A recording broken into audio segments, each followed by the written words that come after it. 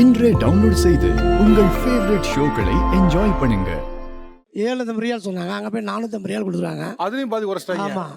அப்புறம் அனுப்பி ஓனர் வேறு இறந்துட்டார் அங்கே. அதுக்கப்புறம் எங்கள் ஓனர் கம்பெனியை க்ளோஸ் பண்ணுற நினைஞ்சு வந்துருச்சு. கம்பெனி எடுத்து மூடுறாங்க. எங்களால் அனுப்புகிறானுவோ ஒரு வருஷத்தில் அனுப்புகிறாங்க. உங்களுக்கு எந்த ஃப்ளைட் வேணும், எத்தனை இந்த டிக்கெட் போகணுங்கிறாங்க. நான் என்ன சொன்னேன், சரி என் அக்கா அம்மா பத்தாக்கா வந்து வீட்டில் வச்சுட்டு ரூமில் இருக்குது, போய் எடுத்து சொல்லிட்டு வந்து ஒரு பேக்கை மட்டும் எடுத்துகிட்டு கிளம்பிட்டேன். அப்புறம் நானும் ஒரு ஆந்திராக்காரனும் ஒரு அரபியை பிடிச்சி கான்ட்ராக்டராக வேலை எடுத்து சின்ன சின்ன வேலை செஞ்சு அப்புறம் அப்படியே ஓடணும். 2-3 வருஷம் ஓடிச்சு எங்களுக்கு. எங்கே பொது மன்னிப்புன்னு கொடுப்பாங்க. அந்த நாங்கள் கல்வி ஆகிட்டோம். கல்வி கமெண்ட் ஓட்டோம். எதுக்கு பொது மன்னிப்பு?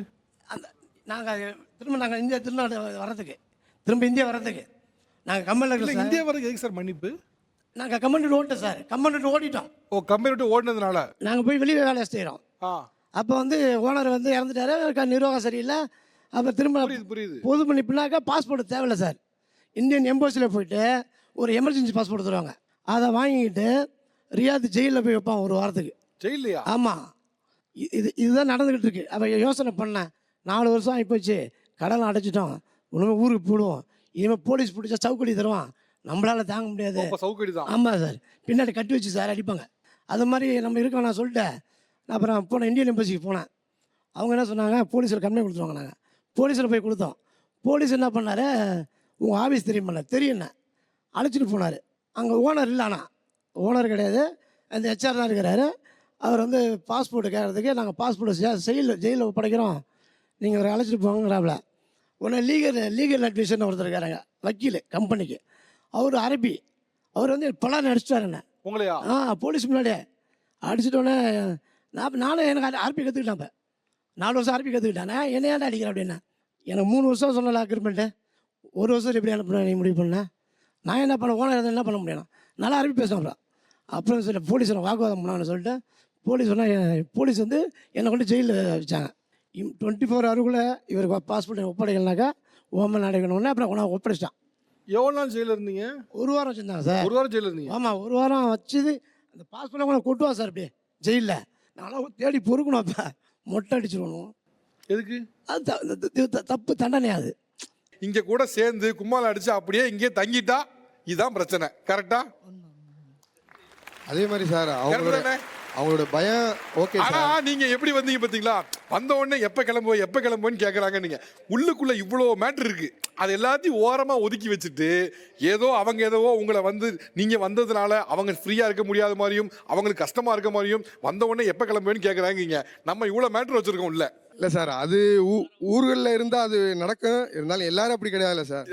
நான் எல்லாரையும் பொதுவாக சொல்லல.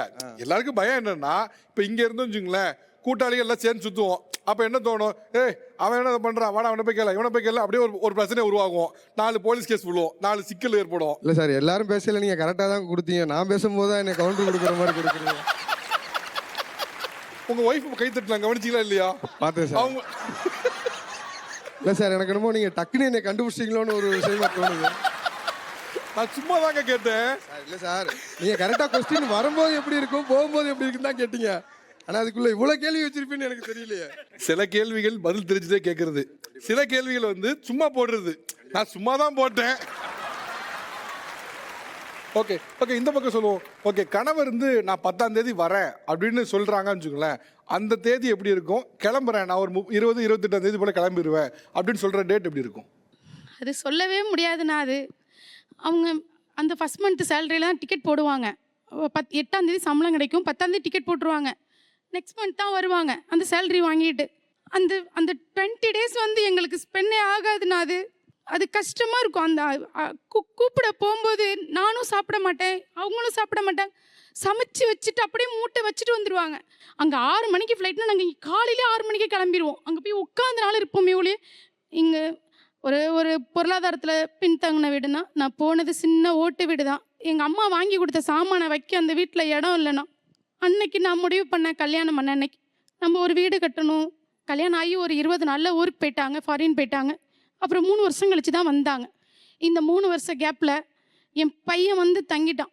6 மந்த் பேபி கொண்டாந்து விட்டுருக்காங்க எங்கள் அம்மா 5 மத்தையில். கையில் குழந்தைய வச்சுட்டே மனை போட்டு இந்த 3 வருஷத்துக்குள்ளே வீடு முடிச்சிட்டேன்னா நான் தனியாகவே முடித்தேன்.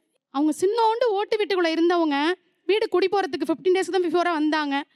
அந்த வீட்டை வந்து வீடு பெரிய மாடி வீடு, நடு வீட்டுக்குள்ளே வந்தோடனே அப்படியே அவங்களுக்கு எப்படி இருந்துச்சுன்னே தெரியலண்ணா.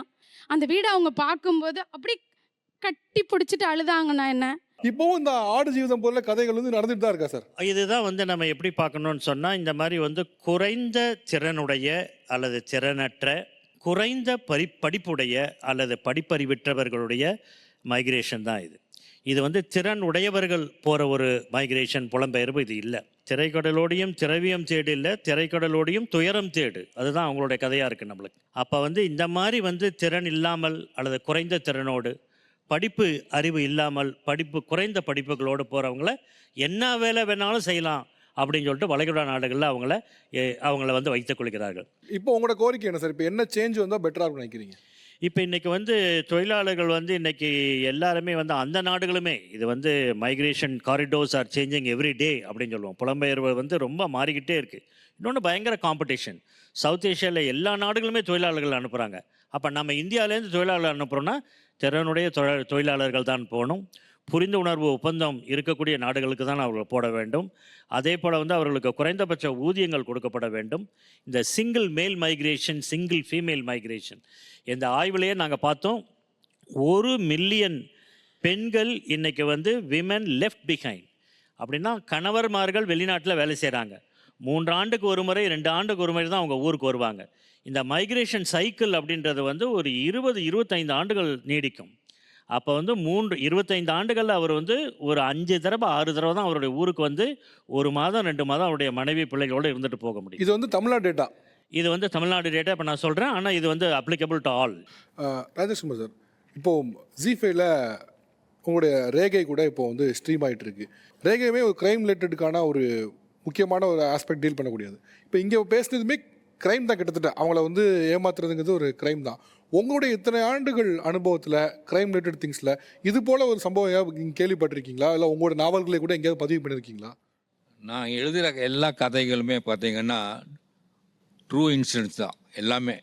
நிறைய வாசகர்கள் வந்து எனக்கு துபாயில், மலேசியாவில், கோலாலம்பூர் போன்ற ஊர்கள்லேருந்து நிறைய பேர் வந்து வருவாங்க. அவங்க அனுபவங்களை வந்து எனக்கு சொல்லுவாங்க. சார், இது மாதிரியெல்லாம் வந்து பிரச்சனைகள் இருக்குது, ஆனால் இது வெளியே யாருக்குமே தெரியறதில்ல, இதை நீங்கள் உங்கள் கதைகளில் கொண்டு வாங்க அப்படின்னு சொல்லுவாங்க. வெளியே வந்து சிலதெல்லாம் வெளியே சொல்ல முடியாத அளவுக்கு இருக்குது. அதாவது ஒருத்தர் சொன்னார், இந்த போதைப் பொருள்களெல்லாம் கொண்டு போகிறதுக்காக அங்கே வந்து இங்கிருந்து போகிறவங்க, அங்கே வேலைக்கு போகிறவங்க அது சொஃபிஸ்டிகேட்டடாக வந்து ஒரு வேலை சொல்லுவாங்களாமா. ஆனால் அங்கே போனவன்னா அவங்க சட்டவிரோதமான செயல்களை செய்ய சொல்லி அதை வந்து எப்படி மறைச்சு கொண்டு போகலாங்கிறத வந்து அவங்க சொல்லி கொடுக்குறாங்க. சார், இதெல்லாம் வச்சு நீங்கள் கதையை நீங்கள் பண்ணுங்க சார் அப்படிம்பாங்க.